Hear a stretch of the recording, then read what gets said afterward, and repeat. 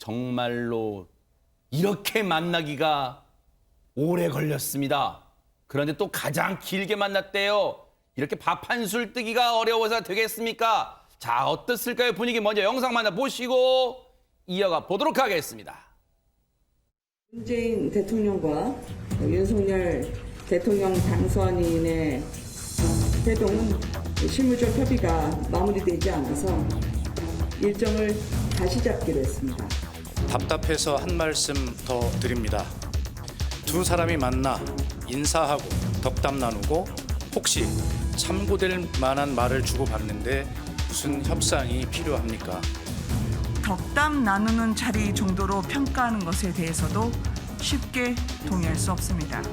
가급적 이른 시일 내에 윤석열 당선인과 만났으면 한다는 문재인 대통령의 제안을 다시 전했습니다. 윤석열 당선인은 국민의 걱정을 덜어드리는 게 무엇보다 중요하다면서 의제 없이 만나 허심탄회하게 대화하자고 화답을 했습니다.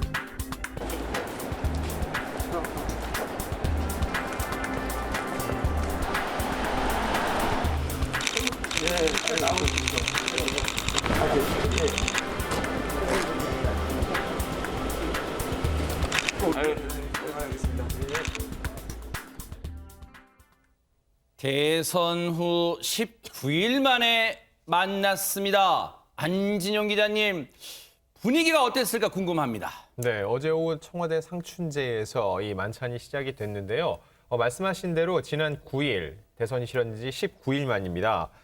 두 사람이 대면을 한 건 지난 2020년 6월 청와대에서 열린 반부패 정책협의 이후 21개월 만이었는데요.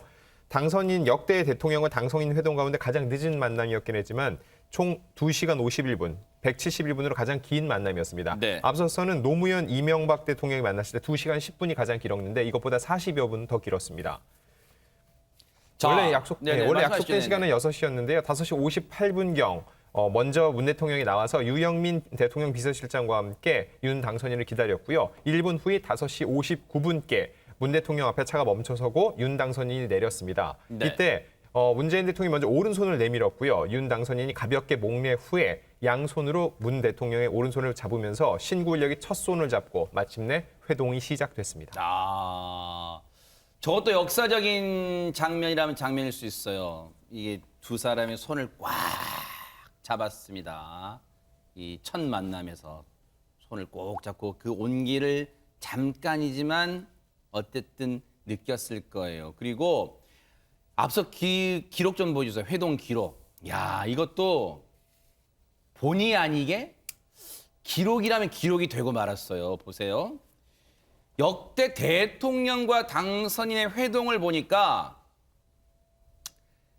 이 만남에 걸린 기간도 일단 역대급이 됐고 기록을 세웠어요. 그리고 만났을 때 몇 시간 회동했을까 봤는데 야, 이것도 기록을 세웠어요. 일단은 가장 늦게 만나서 가장 오랫동안 대화한 대통령과 당선인이라는 두 가지 기록을 어제 동시에 두 사람이 세우게 됐습니다. 참 그래요. 어쨌든 만났으니까 긍정적으로 봐야죠. 자, 최재범 교수님. 네.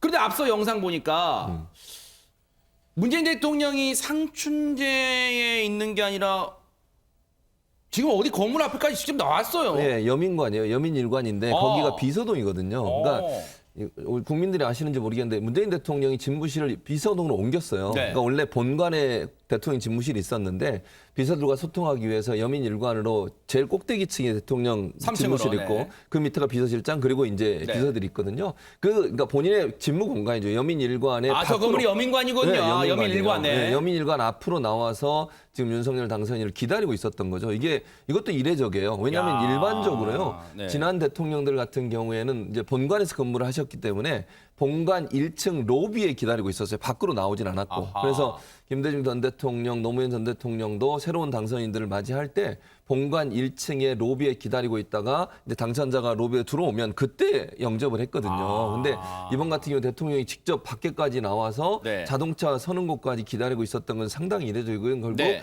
윤석열 당선인에 대한 예우를 충분히 갖추려는 의도가 있었다고 보여져요. 네. 그리고 거기서부터 걸어서 이제 거기까지 갔거든요. 만찬 장소까지. 그러면서 여러 가지 설명을 하고 대화할 수 있는 기회를 갖는데 그만큼 문재인 대통령 입장에서는 새로 당선된 윤석열 당선인에 대해서 최대한의 예우를 갖추려는 의도가 있지 않았나 이렇게 생각을 합니다. 그렇군요.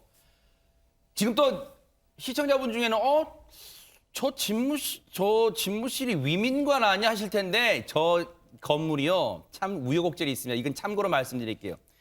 노무현 대통령 시절에는 저희가 여민관이었어요. 그런데 이명박 대통령 시절에 이걸 다시 이름 바꾸면 위민관으로.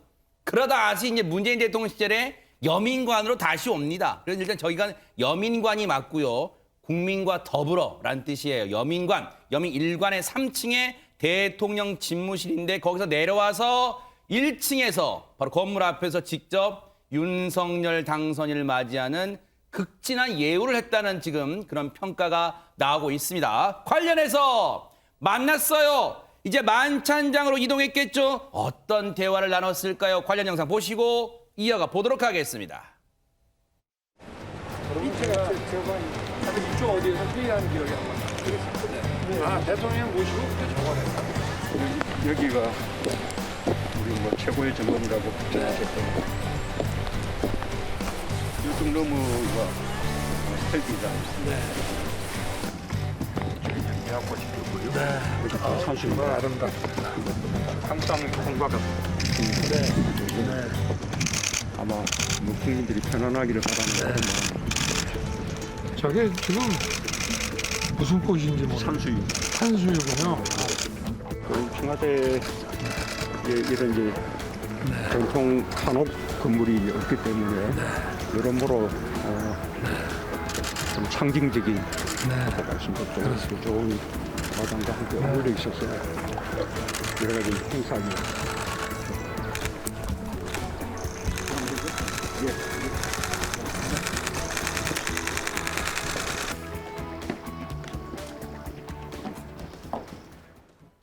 박성배 변호사님, 차에서 내리는 윤 당선인을 이제 맞이한 문재인 대통령과 이제 윤석열 당선인이 그냥 곧장 상춘제로 갈 줄 알았는데 이런저런 얘기 많이 나눴네요. 그렇습니다. 인사를 마친 뒤에 두 사람 상춘제 앞 잔디밭 그 녹지원을 가로지르며 걷기 시작하는데 처음에는 어색한지 악수 이후에 따로 스킨십은 없었다고 합니다. 그 와중에도 문 대통령이 네. 주변의 소나무나 여민관 건물 등을 소개해 주는데 네. 그러다가 상춘제 오른편을 가리키면서 저기 매화꽃이 피었습니다라고 하자 윤 당선인이 정말 아름답습니다라고 화답을 하기도 합니다. 이어서 윤 당선인이 먼저 정말 저건 무슨 꽃인지 몰라라고 하자 문 대통령이 산수유 나무입니다라고 화답하고 윤 네. 당선인이 산수유군요라고 화답하는 모습이 이어집니다. 네. 아이러니하게도 네. 더 이상 청와대 시설을 사용하지 않겠다고 공언한 윤 당선인에게 문 대통령이 청와대 시설을 상세하게 가이드해주는 모습이 연출되고 있습니다. 네. 이 상춘제 도착에서는 문 대통령이 상춘제를 가리켜서 여러 행사에 사용되고 있고 청와대 한옥 건물이 없다 보니 여러모로 상징적인 건물이다라고 설명하면서 이 상춘제 현판을 가리켜 상춘, 항상 봄과 같이 국민들이 편안하기를 바라는 마음일 것이라고 그 뜻풀이를 전하기도 했습니다. 네. 야, 진짜로 뭐랄까 참 섬세하고 이 어쨌든 청와대에 지금 손님으로 온 윤석열 당선인에게 곳곳을 안내해주는 섬세한 뭐 배려, 예우 그런 게 다 느껴지는데 아니 근데 그런 궁금증을 시청자분들이 가지실 것 같아요. 청와대 지리를 궁금해할 것 같아서 저렇게 자세하게 소개해 주나? 혹시 저기에 행간의 의미는 없을까? 이런 궁금증 가지실 것 같습니다. 일단 뭐 문 대통령께서 이동 도중에 먼 곳을 가리키면서 헬기장이 있다 이렇게 말씀하셨거든요. 헬기장. 네, 근데 이제 윤 당선인이 대통령 집무실 이전할 때 바로 사용할 수 있는 지하 벙커나 헬기장을 확보할 수 있느냐 이게 주요 쟁점으로 거론이 됐다는 점에서 문 대통령이 이 같은 발언을 했다는 게 관심을 모으기도 했습니다. 네. 그러면서 또 녹지원을 걷기도 했잖아요. 네. 문 대통령께서 여기가 우리 최고의 정원이라고 극찬을 하셨던 곳. 이렇게 언급을 하셨거든요. 이 윤당 선인이 지난 20일에 집무실 이전 계획을 브리핑했었죠. 대국민 브리핑이 있었는데 최고의 정원이라고 불리는 녹지원과 상춘제를 모두 국민의 품으로 돌려드리겠다. 이렇게 말씀을 했는데 문 대통령께서 이때 윤당 선인의 언급을 기억하고 있다가 다시 꺼낸 건데 이 설명을 두고 또 이렇게 해석하는 사람들도 있습니다. 이렇게 좋은 곳인데 왜 집무실 옮기려고 하느냐. 문재인 대통령께서 이런 의미로 한 곳 한 곳 이렇게 소개를 하신 거 아니냐 이렇게 해석하는 분들도 있는데 지금 당선인의 언급을 기억을 하셨다가 언급을 다시 하셨단 말이에요. 그렇기 때문에 윤 당선인에게 이 청와대 이곳저곳을 소개한 것과 동시에 국민들에게 또 소개를 해주신 게 아닌가라고 해석할 수 있을 것 같습니다. 야, 이 작은 짧은 어떻게 보면 찰나의 순간인데 여기에도 뭔가 행간의 의미, 메시지를 담았다는 거잖아요. 문재인 대통령이. 그렇다면 지금 윤석열 당선인의 그때 발언을 기억하고 있다는 거잖아요. 그때 당시에 윤석열 당선인의 얘기 들어보시고 이어가 보도록 하겠습니다. 청와대는 임기 시작인 5월 10일에 개방하여 국민께 돌려드리겠습니다. 본관 영빈관을 비롯하여 최고의 정원이라 불리는 녹지원과 상춘제를 모두 국민들의 품으로 돌려드리겠습니다. 최준봉 교수님, 예. 시청자분들도 그런 생각 하실 것 같아요. 아니 문 대통령님 윤석열 당선인 안 들어간대 청와대에 너무 자세히 설명해 주시지 마세요. 뭐 혹시 이럴까요? 저는 그렇게 생각하진 않고요. 어허. 아마도 이제 저는 문 대통령이 뭐 청와대에 들어와라 이런 의사로 했다고 보지 않아요. 왜냐하면 워낙 윤석열 당선인의 의지가 강해서 네. 문 대통령도 그런 얘기 하셨거든요. 국방부로 가는 거, 아니, 이전하는 것 자체는 문제를 전혀 삼지 않았어요. 어디로 가시든 그건 당선인이 결정할 문제이고 다만 왜냐하면 본인도 사실은 초창기에 광화문 시대를 열겠다고 얘기했다가 실현을 못했잖아요. 그런 부분이 있기 때문에 다만 이제 여러 가지 기간이 너무 촉박하게 이루어지는 것에 대한 우려를 표명한 것이고 그런 차원에서 본다면 청와대를 쓰지 왜 가냐 이런 의도로 저는 얘기했다고 보지는 않고 차라리 그냥 권상희 평론가 말처럼 그 국민들이 보는 앞에서 청와대가 이런 시설입니다를 소개하는 그런 의도도 저는 있다고 봐요. 그리고 이제 걸어가시면서 얘기를 나눠야 되잖아요. 그렇죠. 그러니까 저나 김명주 랭크는 가까우니까 친하니까 그래요?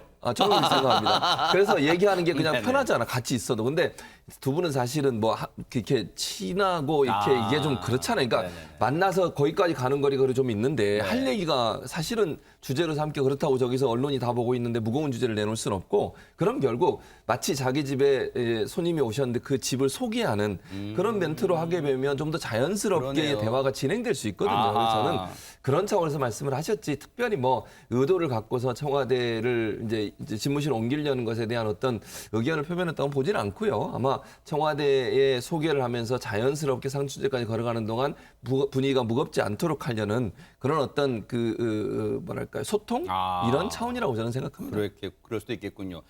근데 박성배 변호사님 어제 저 회동이 만찬 회동이었잖아요. 그럼 상춘제 들어갔더니 음식이 쫙 깔려 있었어요. 어땠습니까? 그렇지는 않습니다. 식사가 나오기까지 시간이 덜어 남아 있었는데 네. 이 시간에 문 대통령은 윤 당선인에게 정식으로 축하 인사를 건넵니다. 당선을 진심으로 축하합니다. 의례적인 인사가 아니라 진심으로 축하합니다. 이 정당 간에는 경쟁을 할 수 있지만 대통령 간에는 성공 기원이 인지상정입니다라고 진심을 담은 축하 인사를 그러네요. 건넵니다. 아하. 그랬더니 윤 당선인도 감사합니다. 국정은 축적의 산물입니다. 잘된 정책은 계승하고 미진한 정책은 개선해 나가겠습니다. 초대해 주셔서 진심으로 감사합니다라고 화답합니다. 이후 식사가 나오고 2시간 51분가량 만찬 회동이 진행되는데 이 두 사람 과거의 특별한 인연을 소환하면서도 자칫 서로 감정이 상할 수 있는 대화 주제는 피한 것으로 보입니다. 저 대화, 식사 나오기 전에 대화만 봐도요. 시청자분들, 국민분들이 그동안 불안했던 마음, 불편했던 마음이 그래도 어느 정도 봄눈 녹듯 스르르 녹았을 것 같아요. 왜냐하면 보세요. 얼마나 진심을 담아 지금 서로 두 사람이 이렇게 대화를 나눴습니까? 그런데 또 이런저런 대화 나누다 보면 안진영 기자님 이제 식사 이제 음식이 나왔을 거 아니에요, 이제. 네, 과연 어떤 메뉴였는지 궁금해하실 텐데요. 일단 만찬 메뉴는 한식이었습니다. 아하. 네, 계절 해산물 냉채를 비롯해서 잣죽, 한우 갈비와 더운 채소, 금태구이, 그리고 모시조개, 섬초, 된장국, 과일, 오이, 소박이 등이 준비가 됐는데요. 야, 일단 참 천천히 볼게요. 참 높으신 분들은 뭘 드시는지 진짜 궁금해요. 계절 해산물 냉채. 주꾸미, 새조개, 전복 들어갔고요. 한우, 갈비, 탕평채, 봄나물 비빔밥, 후식은 과일 수정과 저거로 노래를 가사를 만들어도 될 것 같다는 생각도 듭니다. 네. 안지윤 기자님 설명 계속해 주세요. 네네. 그 안에서 몇 가지 좀 주목해야 될 메뉴가 있는데요. 네. 먼저 이 금태구이 같은 경우는요. 청와대가 지난 2018년 평창 동계올림픽 폐막식 참석했던 이방카 트럼프 미 대표단장을 위한 만찬에도 선보였던 음식입니다. 그만큼 최고의 예우 차원에서 준비한 음식이라고 볼 수 있고요. 네. 그리고 봄나물, 또 하나 탕평채가 중요합니다. 이 만찬 자리의 두 음식 같은 경우는 차기 정부에서 통합과 협치의 정치를 해주길 기대하는 그런 의중이 반영된 음식이라고 볼 수 있습니다. 네. 만찬이 끝난 후에 이 장제원 당선인 비서실장은 화기애애한 분위기 속에서 흉금을 터놓고 이야기를 나눴다. 과거 인연 등을 주제로 반주 한두 잔을 곁들이면서 만찬을 했다고 전했습니다. 야, 이거 최진봉 교수님, 예. 제 솔직하게 다른 메뉴는 뭐 안 네. 먹어봐도 들어는 보고 했는데 금태구이 맛있어요? 금태구이 드셔보셨어요? 저도 못 먹어봤습니다. 아하. 저도 한 번도 청와대를 방문한 적이 없어서 못 먹어봤는데 네. 기회가 되면 한번 먹고 싶다는 생각은 들어요. 귀빈들한테 진짜 나오나 봐요. 뭐 네. 그런 것 같아요. 아하. 근데 이제 어쨌든 음식 안에도 사실은 여러 가지 메시지가 저는 있다고 생각해요. 네. 그러니까 탕평채 아까 우리 안지영 기자 설명해 주셨는데 사실은 통합 이게 문재인 대통령이 윤석열 당선인에게 하고 싶었던 말씀이신 것 같아요. 왜냐하면 이번 대선이 너무 이제 아주 그냥 근소한 차이로 결과가 나왔잖아요. 그러다 보니까 사실 지지하는 분들이 다른 분들은 상당히 좀 그 반감이 있을 수도 있고 여러 가지 윤석열 당선인에 대해서 좀 안 좋은 시선으로 바라볼 수도 있는 거 아니겠어요? 이제 그런 부분들을 어떻게 윤석열 당선인 대통령으로 취임하시니 잘 화합할 거냐의 문제예요.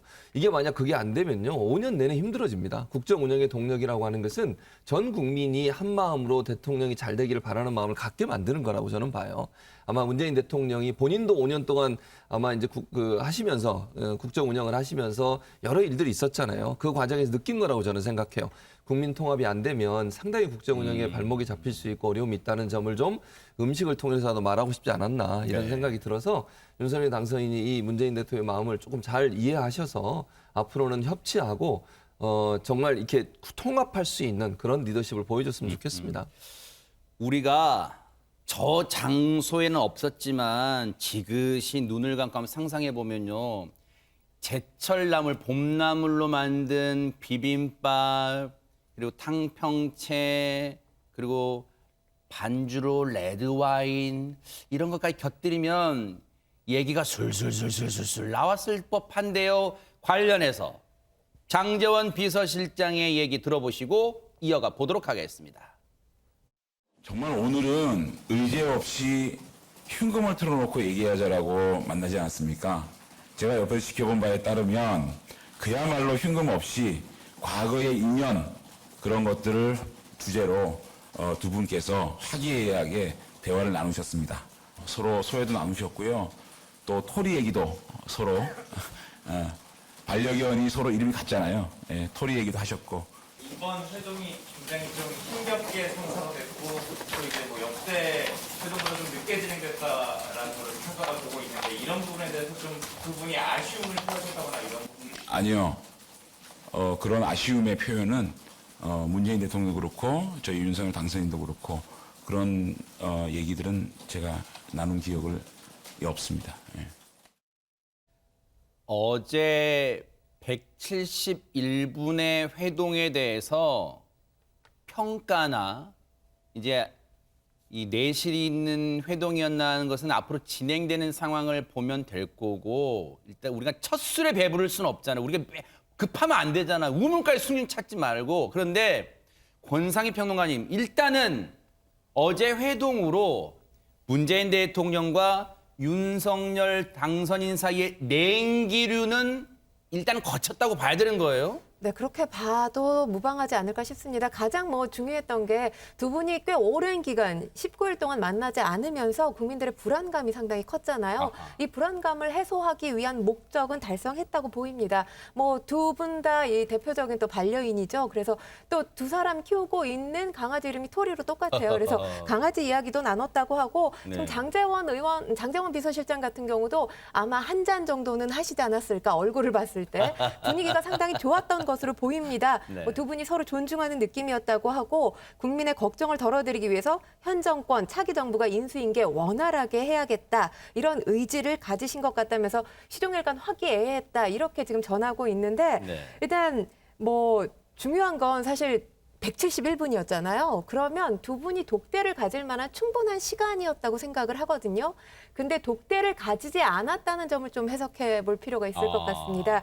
흉금 없이 허심탄회하게 화기애애하게 이런 표현을 쓰시기는 했지만 지금 독대를 하지 않았다는 점은 흉금을 터놓고 얘기할 만큼의 신뢰관계는 첫 번째 만남이어서 그랬는지는 모르겠지만 아직까지 확보되지 않았다라고 해석할 수도 있을 것 같습니다. 네.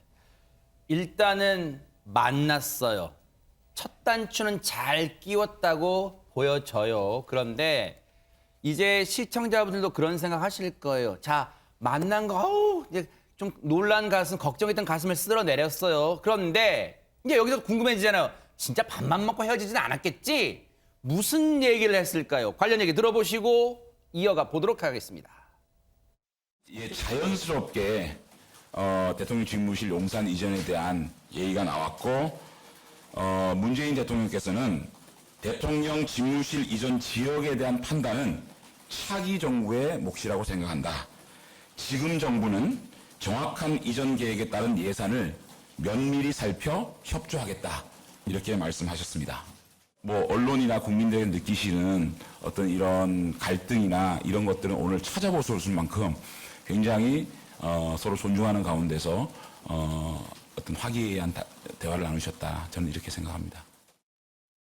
아니 그럼 안진영 기자님, 밥 먹으면서 이제 화기애애하니까 갑자기 윤석열 당선인이 대통령님 그나저나 용산 집무실 문제 좀 어떻게 해주세요라고 먼저 요청한 거예요? 그렇지는 않습니다. 이 집무실 이전 논의는요, 유영민 대통령 비서실장이 먼저 꺼낸 것으로 전해졌습니다. 이에 윤 당선인이 이전 취지를 설명을 했고요. 그러면서 문민정부 때부터 청와대 시대를 마감하겠다고 했는데 현실적으로 어려움이 있어서 못하지 않았나. 이번에는 꼭 하고 싶다라고 재차 강조를 했고, 이거에 대한 문 대통령의 답변이 중요한데 네.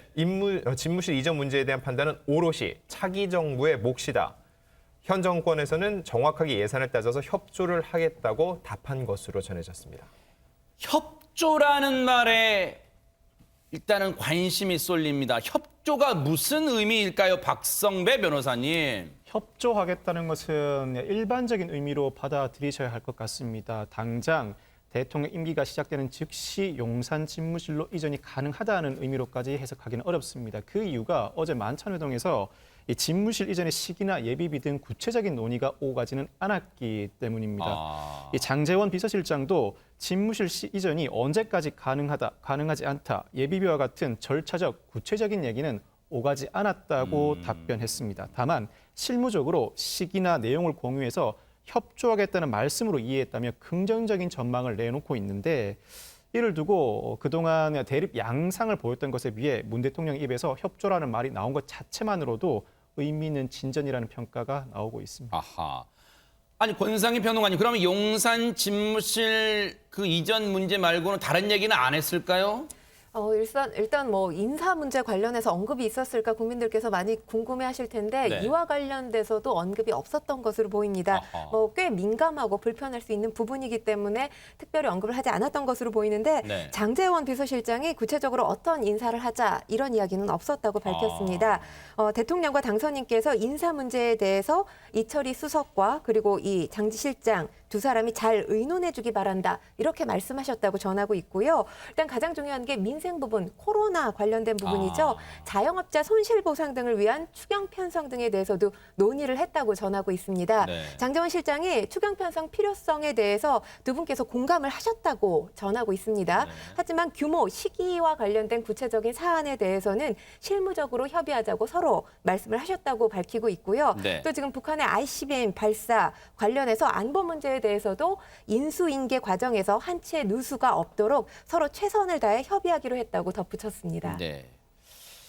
추경 50조 규모의 추가 경정 예산은 딱히 뭔가 좀 접점을 못 찾은 것 같아요. 어쨌든 지금 일단 대화를 나눴다는데 의의를 둬야 될 것 같아요. 그렇다면 언론들이 예상했던 3대 의제 중 이 문제는 과연 테이블에 올랐을까요? 관련 얘기 들어보시고 이어가 보도록 하겠습니다.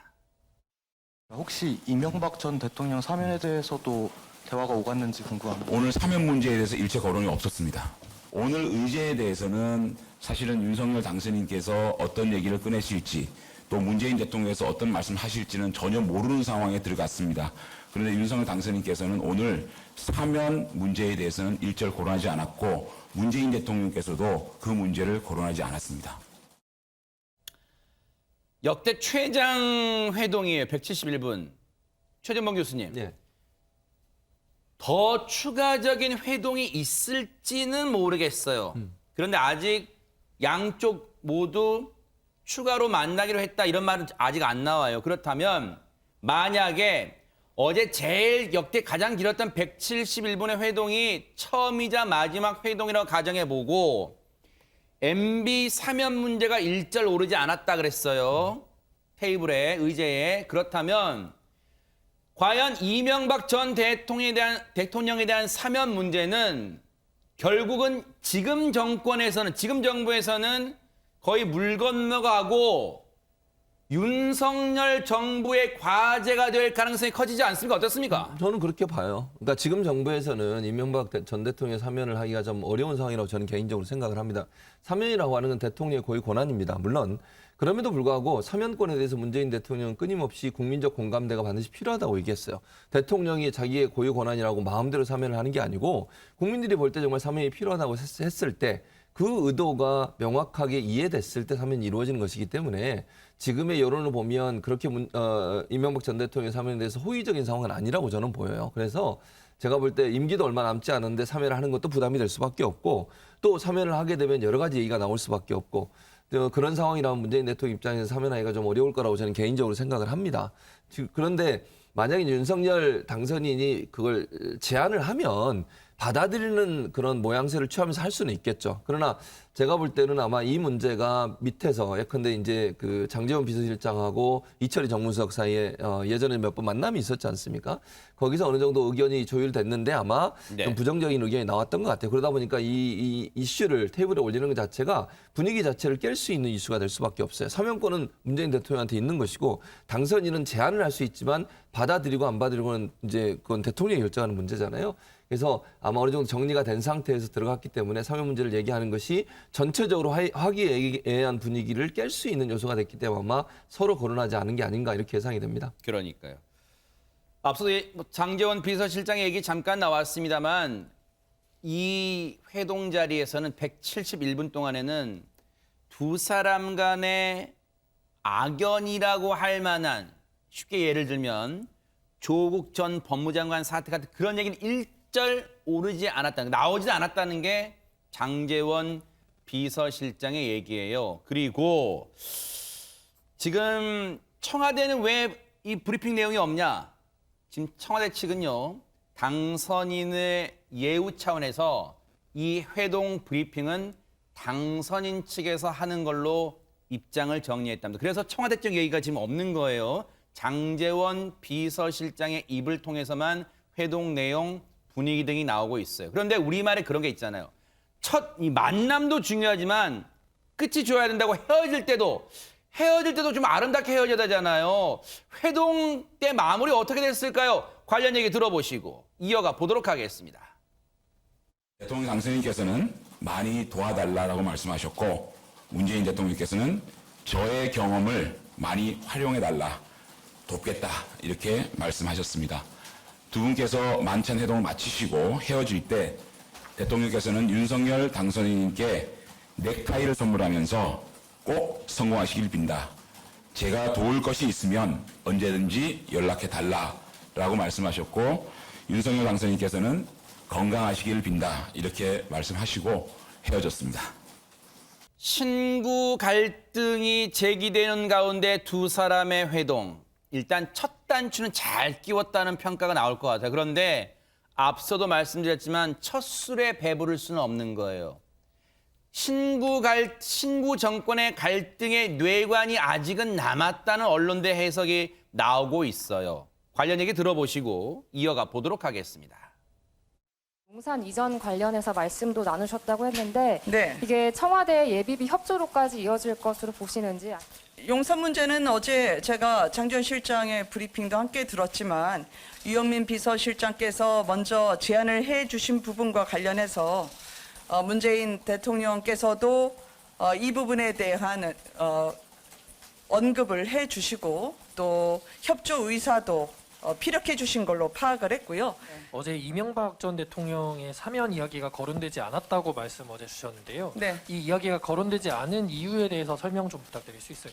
거론되지 않은 부분에 대해서는 그 발표 그대로만 받아들여 주셨으면 하는 바람입니다. 사면 문제와 관련해서는 대통령 고유의 소관 사안임을 다시 한번 말씀을 드리고요. 그것이 전직과 현직과 관련한 시기에 대해서는 저 또한 특정하기는 지금 어려움을 말씀드립니다. 느끼는 거지만요.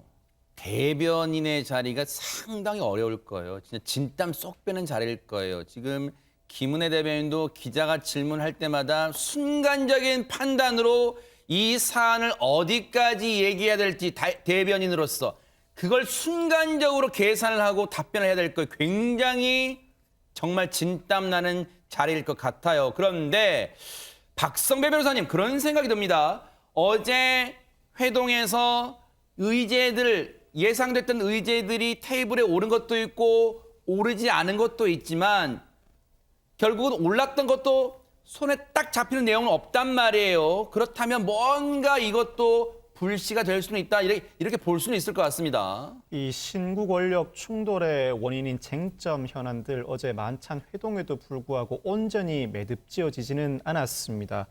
일각에서는 대화 도중에 배석자들을 물리고 독대할 가능성도 제기됐지만 독대는 없었습니다. 아하. 우선 집무실 이전 문제, 유영민 비서실장이 먼저 언급하면서 대화의 물꼬를 트긴 했지만 예산 등 구체적인 논의는 이루어지지 않았습니다. 가장 민감한 인사권 문제, 구체적인 이야기는 전혀 오가지 않았고 문 대통령과 윤 당선인, 이철희 정무수석과 장제원 비서실장이 잔 의논해달라는 정도 수준에서 대화가 오고 갔습니다. 아하. 아울러 이명박 전 대통령 사면 논의는 테이블에 오르지도 않았습니다.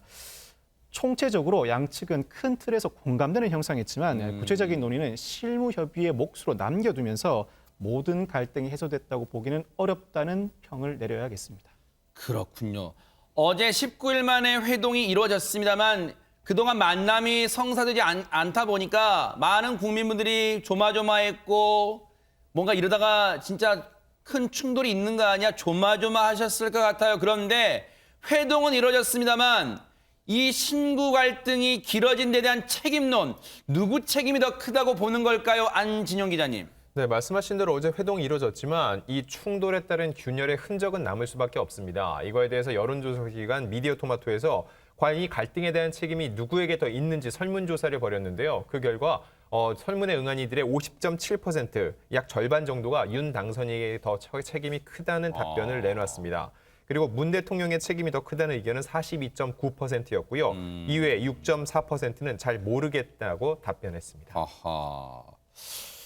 일단 이 책임론은 윤석열 당선인 쪽에 더 있다고 좀 무게를 두는 것 같아요. 그렇다면 국정 수행에 대한 여론조사도 나온 게 있다면서요, 박성배 변호사님. 리얼미터가 지난 21일부터 25일까지 실시한 조사 결과에 따르면 윤 당선인의 국정 수행에 관해 긍정 전망이 지난주보다 3.2% 하락한 46.0%를 기록하고 부정 전망은 4% 상승한 49.6%를 기록했습니다. 반대로 문 대통령의 국정 수행에 대한 긍정 평가는 4% 오른 46.7%를 기록하고 부정 평가는 2주 연속 하락해 50.7%를 기록했습니다. 당선인에 대한 국정 수행 기대감과 현직 대통령에 대한 국정 수행 긍정 평가를 단순 비교하면 윤 당선인이 문 대통령보다 낮은 상황으로 집계된 것입니다. 네. 관련해서요. 오늘 기자들이 이거 안 물어볼 수가 없잖아요. 그래서 아침 브리핑 때, 어제 브리핑 때 김은혜 대변인한테 기자들의 질문이 이어졌습니다. 한번 들어보시고 이어가 보도록 하겠습니다. 윤석열 대통령 당선인과 문재인 대통령의 지지율이 지금 크로스로 바뀌고 있는 데드크로스가 됐는데요. 여론조사에 대해서는 이렇게 주시는 질문마다 저희가 가슴 깊이 잘 새기고 앞으로 저희가 더욱더 겸손하고 낮은 자세로 국민을 섬길 수 있도록 노력하는데 염두에 두겠습니다. 권상희 평론가님, 김은혜 대변인이 이제 애둘러서 조금 이제 곤란한 질문에 대해서 이제 피해 갔습니다만, 글쎄요, 이 여론조사를 인수위 측에서 계속 이제 주시를 하고 있을 거란 말이 부담이 될까요? 부담되죠. 왜냐하면 사실 지금 허니문 기간 막 시작됐다고 봐야 되는 거잖아요. 그런데 허니문 기간을 누리지 못하고 있는 뭐 가장 큰 원인이라고 하면 이제 용산 집무실 이전 문제와 관련해서 민주당의 공격도 심하고 또 청와대도 동의를 하지 않지 않았습니까? 그런 부분에 있어서 이제 서둘러 진행한다는 것에 대한 비판 여론이 저는 작용을 한 것이 아닌가라고 보여지고요. 그리고 일단 뭐 신구 권력을 봤을 때 현재 권력보다는 당연히 미래 권력에 대해서 기대감이 클 수밖에 없습니다. 그 기대감을 윤석열 당선인이 아직은 채워주지 못하고 있는 게 아닌가라고 해석할 수 있는 부분이 또 하나 있고, 그리고 중요한 건 저는 이게 지금 윤석열 당선인과 국민의힘 또 인수위에 득이 될 거라고 생각을 합니다. 왜냐하면 국민들이 지금 대통령 당선인이 이제 대통령이 됐다고 해서 무조건적으로 허니문 기간을 보장해주지 않는다는 게 그러니까 방증됐다고 보여지거든요. 이 여론조사 결과가 견제가 여전히 작동하고 있다는 걸 윤석열 당선인이 유념하게 마음속에 새긴다면 이후에는 이 여론조사 결과 반등할 수 있지 않을까 싶고요. 또 이제 집무실 이전과 관련해서 한 가지만 제가 덧붙인다면 지금은 여론이 좋지 않을 수밖에 없습니다. 굉장히 서둘러서 이전하는 그런 모습이 비춰지기 때문에 여론이 좋지 않을 수 있지만 청와대를 국민들이 온전히 누릴 수 있게 된다면 또 이 여론 반등의 기계가 되지 않을까라는 생각도 해봅니다. 최재문 교수님, 언론에서는 그런 표현을 하고 있더라고요. 윤석열 당선인의 리더십에 직진 리더십이다. 쉽게 말하면 내가 결정했어, 나를 따라, 이런 직진 리더십이 대선 끝나고 이 문제로 상당히 득도될 수 있지만 양날의 검처럼 블랙홀처럼 이 이슈가 굉장히 커질 수도 있다, 이런 우려도 나오고 있어요, 지금. 당연히 그런 우려가 나오죠. 그러니까 본인이 검찰총장 출신이시잖아요. 검찰 조직은 군대 조직처럼 총장이 지시하면 모든 게 따라요. 거기에 대해서 뭐 이견을 다하거나 이럴 수가 없어요. 그러니까 그 스타일로 국정을 운영하는 건 안 돼요. 그래서 저는 윤석열 당선인이 이 여론조사 결과를 정말 뼈아프게 봐야 한다고 저는 봅니다. 이게 뭐 아니 뭐 이 정도는 괜찮아 이렇게 생각하시면 정말 큰일 난다고 저는 생각해요. 왜냐면 국민을 이기는 정권은 없습니다. 어떤 상황에서도. 그래서 제가 볼 때는 이런 결과가 나온 거, 물론 뭐 이것 때문에 위기감을 느끼고 그러라고 제가 말씀드리는 게 아니고, 이런 여론조사가 나온 것을 본인은 좀 심각하게 보고 우리가 앞으로 국정을 어떻게 운영해야 될지 깊이 숙고하는 시간이 반드시 필요해요. 그러니까 민수위나 주변에 있는 분들도 조언을 그렇게 해야 된다고 저는 봅니다. 직진이 필요할 때는 뭔가 결정하고 의견이 어느 정도 모아져서 바른 방향으로 결정됐을 때 그걸 뚫고 나가기 위해서 다양한 형태의 국민 설득 과정과 함께 이루어져야 되는 거예요.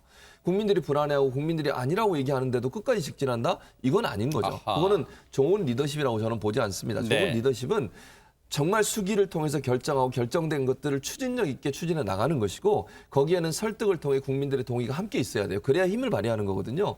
그런데 국민들이 반대하고 있는데도 고집스럽게 뭔가를 하게 되면 그건 국민과 충돌하게 돼요. 그건 절대로 국정 운영에 도움이 안 됩니다. 네. 그래서 이제 취임하기도 전인데 어쨌든 다른 당선인들 보면 대체적으로 60%, 70%였어요. 대체적으로. 초반에. 네, 초반에. 근데 지금 취임하기 40%, 전에. 네. 근데 40%대가 나오면 이건 조금 긴장하셔야 된다. 그리고 이제 본인이 하시려고 하는 여러 가지 일들 충분히 이해하겠는데 네. 설득하고 나서 조금씩 천천히 가면 훨씬 더 힘을 받을 수 있다. 꼭 기억하셨으면 좋겠습니다. 이 대목에서 궁금한 게 있어요, 권상희 평론가님. 가장 늦은 19일 만에 회동이 성사됐는데 그럼 결정적 역할을 한 사람은 그럼 유영민 실장하고 장제원 실장이에요? 저도 그런 줄 알았는데 그렇지가 않았습니다. 아, 그래요? 바로 회동의 숨은 가교 역할을 한 사람이 따로 있었어요. 어허. 김부겸 총리가 그 역할을 했습니다. 사실 이전에 양측 협상 채널이 이철희 비서관이었죠. 그리고 장제원 정무수석, 비서실장이었는데 사실 감사위원 임명 문제를 놓고 갈등을 빚었습니다. 그러다가 25일 오후에 연락을 재개했는데 다음 날이죠. 26일 저녁 서울 모처에서 김부겸 총리와 윤 당선인의 만남이 이루어졌습니다. 두 사람 모두와 가까운 지인도 함께 동석을 했는데요. 김은혜 당선인 대변인이 금요일 오후 연락이 이루어진 것으로 알고 있다 이렇게 밝혔습니다. 일단 두 사람이 만난 시점, 문재인 대통령과 윤 당선인의 만남 일정이 발표되기 바로 하루 전이었습니다. 이 자리에서 김 총리가 윤 당선인에게 이렇게 얘기를 했다고 해요. 지금 문 대통령과 회동을 둘러싼 갈등에 대해서 국민을 불안하게 만드는 일이라고 이야기를 했다고 합니다. 이어서 문 대통령과의 회동이 중요한 이유도 설명을 했는데요. 윤 당선인에게 청와대의 제안에 화답해달라 이런 취지의 당부를 한 것으로 전해지고 있습니다. 아니 근데 안진웅 기자님, 김부겸 총리랑 윤석열 당선인이 대체 어떤 사이길래 저런 부탁을 한다고? 아니 내가 왜 그런 부탁한다고 들어줍니까? 나도 고집이 있습니다. 이렇게 안 하고 이 회동이 성사된 거예요. 두 사람이 어떤 사이입니까 대체? 두 사람 사이에는 남다른 인연이 있는데요. 1960년생인 윤 당선인과 58년생인 이 김 총리는 각각 서울대 법대 그리고 정치학과를 졸업한 동문입니다. 그래서 사석에서는 윤 당선인이 부겸이 형이라고 부를 정도로 아주 친분이 두터운 것으로 알려져 있고요. 형 그래요? 그렇습니다. 게다가 8년 전에 또 남다른 동병상련의 아픔이 있었습니다. 당시 이윤 당선인이 대구 고검으로 사실상 좌천을 당한 상태였는데 김 총리는 비슷한 시기에 대구시장 선거에 출마할 때 낙선을 했던 거죠. 그 시기에 대구에서 가깝게 지내면서 계속 인연을 이어왔던 것으로 전해졌습니다. 야, 진짜 동병상련이 진짜 있네요. 딱 드라마틱하게. 그런데 저 자리에서는 최재문 교수님, 모르긴 몰라도 청와대 회동에 응하라 이 얘기만 오고 가진 않았을까? 뭐 다른 얘기는 없어요, 그러면? 그러니까 이제 언론에서나 아니면 정치권에서 나오는 얘기가 총리 얘기가 나와요. 왜냐하면 사실 이제 처음으로 총리를 선임해야 되는데 총리는 국회 인준을 받아야 되거든요. 그러네요. 근데 민주당이 지금 172석을 갖고 있습니다. 그러면 민주당이 동의를 얻지 못하면 인준이 안 돼요. 그러면 국무총리 설이 꼬리표를 달고 계속 근무를 해야 되는 상황이 되거든요. 그리고 부담이 될 수밖에 없어요. 만약에 인준이 부결돼 버리면 사실은 그 국정 동력을 상실하는 데 중요한 영향을 미칠 수도 있거든요. 그런 차원에서 본다고 하면 김부겸 총리를 계속 유임해서 가지 않을까 이제 이런 얘기가 나오는 거죠.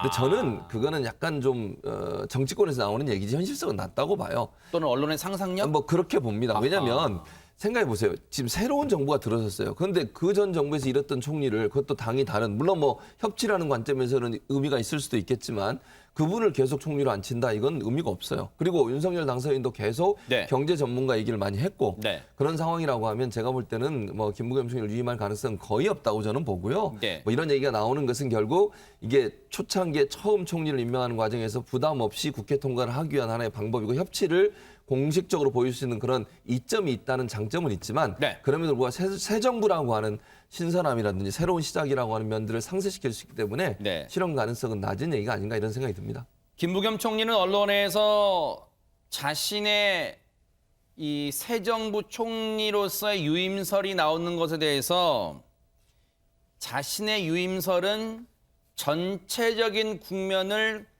정확하게 꿰뚫지 못한 해프닝이다. 쉽게 말하면 언론들 지금 판 잘못 읽고 있어요. 지금 이런 얘기를 한다는 거예요. 관련해서 윤석열 당선인 측은 어떤 입장일까 궁금합니다. 들어보시고 이어가 보도록 하겠습니다. 인사청문 일정을 감안해서 저희가 새 정부 출범 시기에 맞추려면 4월 초에는 인선을 발표해야 되지 않나 라는 약속을 드렸는데요. 그 약속을 지키기 위해서 최선을 다하겠습니다. 일단 그 김부겸 총리의 유임과 관련해서는 보도가 나온 직후에 저희가 김부겸 총리는 덕망이 있고 또 존경하는 분이긴 하지만 그것과 총리직 유임은 별개의 사안임을 말씀드린 바가 있습니다. 따라서 두 번 고지를 해드릴 필요는 없을 것 같다고 생각이 들고요. 또 김부겸 총리와의 만남과 관련해서도 오랜 지인분들이 함께했던 그런 사적인 자리였던 것으로 알고 있습니다. 따라서 그 대화에서의 내용 또한 파악할 수 있는 위치에 있지 않음을 말씀드립니다.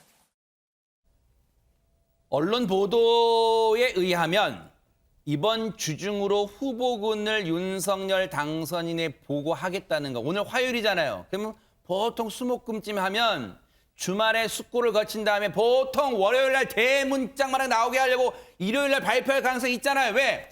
4월 1일, 이번 주 금요일이 4월 1일이에요. 근데 4월 초에는 정하겠다는 거 아니에요. 그러면 주를 넘겨서 4월 2일, 3일, 그러니까 일요일 날 발표를 하면 4일 날 대문짝만 나올 수 있고, 그냥 상상이에요. 왜냐하면 그 다음 주로 가게 되면 8일, 9일, 10일까지 가게 되니까. 권상희 평론가님, 새로운 인물 어쨌든 김부겸 총리 말고 어쨌든 새로운 인물 안 치겠다는 거예요. 어떻습니까? 네, 그런 의도로 읽힙니다. 일단 새 정부 초대 국무총리로 국민 통합 그리고 경제 전문가의 방점을 찍고 후보군을 추리고 있는 것으로 알려지고 있습니다. 김은혜 대변인이 어제 이렇게 얘기했어요. 국무총리 인선만이 아니라 경제부총리 그리고 금융위원장, 그러니까 경제 원팀을 드림팀으로 만들어지겠다, 이런 의도를 품고 있는 것 같은데, 최적임자를 총리 후보로 찾고 있다고 발표를 했습니다.